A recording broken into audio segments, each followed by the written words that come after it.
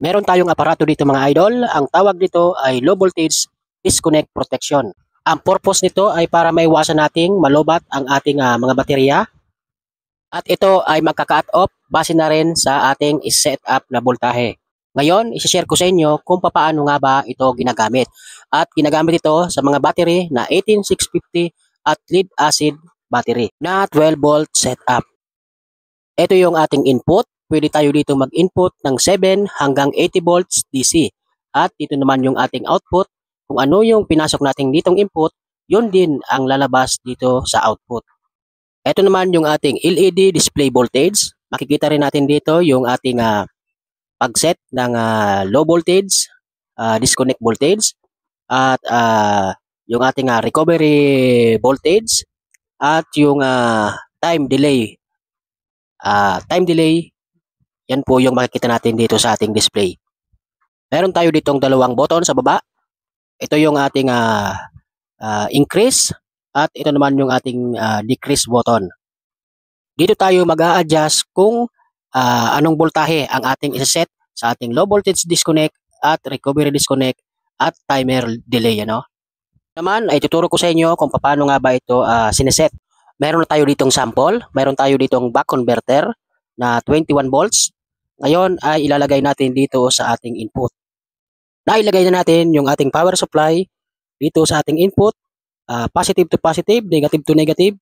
Ayan yung ating reading 21 volts. Kung ano yung ating input, yun din ang lalabas sa ating output.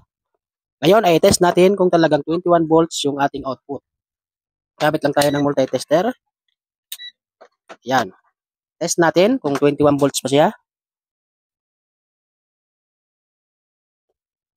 Yan, 21.6 volt, 21.2 volt, medyo hindi accurate.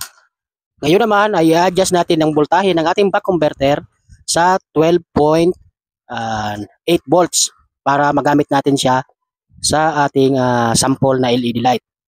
At para ma-match na rin natin siya sa ating LED at lithium battery voltage na 12 volts. Adjust na natin yung ating back converter. Ayan. Nag-a-adjust rin yung kanyang voltmeter. Medyo hindi accurate. I-set lang natin sa 12.8 or 12.9.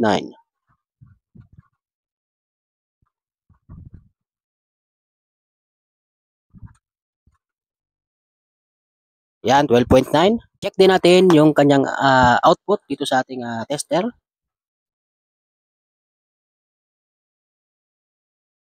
Yan, 13.1 sa ating tester.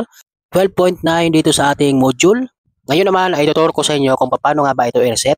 Ang gagawin natin ay pipindutin lang natin itong dalawang button ng sabay. Ayan, 3 seconds. So ayan, na-reset na yan. Ngayon naman, i-calibrate natin itong voltage para ma-accurate siya sa voltahe ng ating input.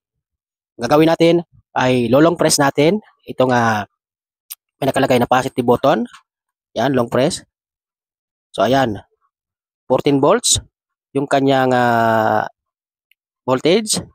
I-adjust natin yan sa 12.13 volts. Ayan.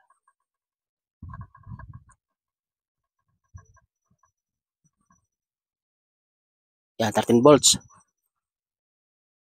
Antayin lang natin. Ayan na siya. Bale, ganun pa rin yung voltahe niya. Hindi siya umangat. 12.9 pa rin. So, hindi pa rin accurate. Ayun naman ay maglalagay tayo ng load.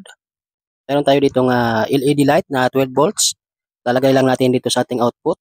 Positive to positive, negative to negative. Yan, nakikabit na natin yung ating load. Gumagana siya. Ngayon ay iset naman natin at ituturo ko sa inyo kung paano nga ba siniset itong ating low voltage disconnect. Ngayon ay dito pa rin tayo sa ating positive sign. Magpe-press tayo ng double click. Yan, double click. Yan. Kapag nag-blink na yan, pwede na natin siya i-adjust. Yan, pwede natin siya i-adjust. Halimbawa, gagawin natin na ang ating low voltage disconnect sa 11 volts.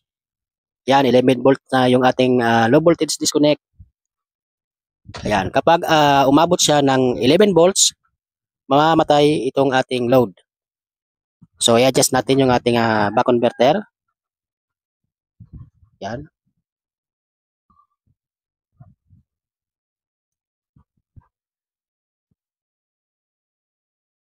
So ayan, 11 volts ay namatay na yung ating load. Ganyan niya pinoprotektahan yung ating mga battery at ito yung purpose niya. Ngayon naman ay tuturo ko sa inyo kung ano nga ba ang function ng ating recovery voltage. Ano? Ngayon ay pipindutin natin itong negative ng ating button. Double click. Ayan, meron tayo dito 2.0. Ayan, so iset natin siya sa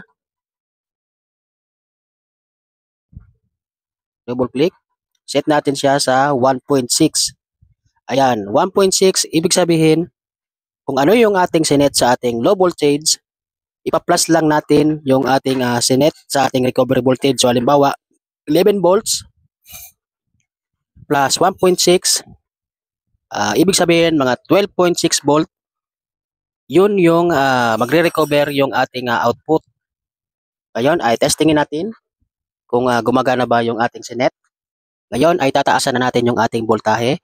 Ito ang kagandahan lalo na sa ating mga solar setup habang nagcha-charge yung ating battery at hindi pa niya na-meet yung ating sinelect na recovery voltage ay hindi pa gagana yung ating output. So ayan, 12.7, 12.8, lumabas na yung ating output na isinet natin dito sa ating recovery voltage. Ganun po siya gumagana.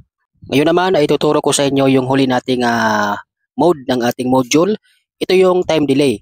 So ngayon ay i-adjust muna natin sa ating low voltage para mamatay siya. Yan.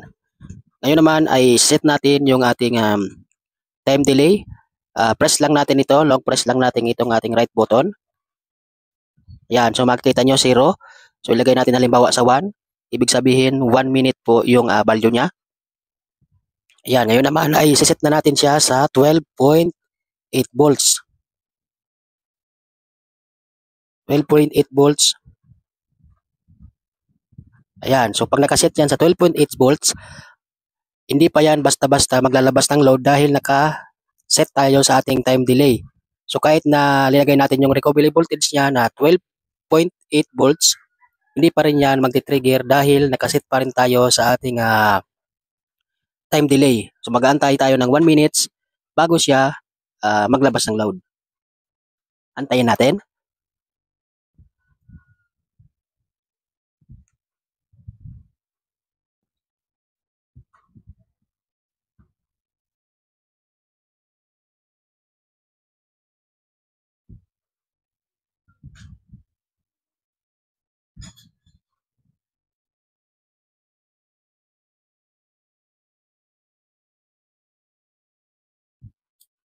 At ayan na siya mga bossing. Lumabas na yung load niya makalipas ang 1 minute. Ganun lang po gumagana yung ating time delay mode, ano? So sana ay may natutunan kayo for today's video. Hanggang dito na lang po tayo. Maraming salamat sa inyong panonood.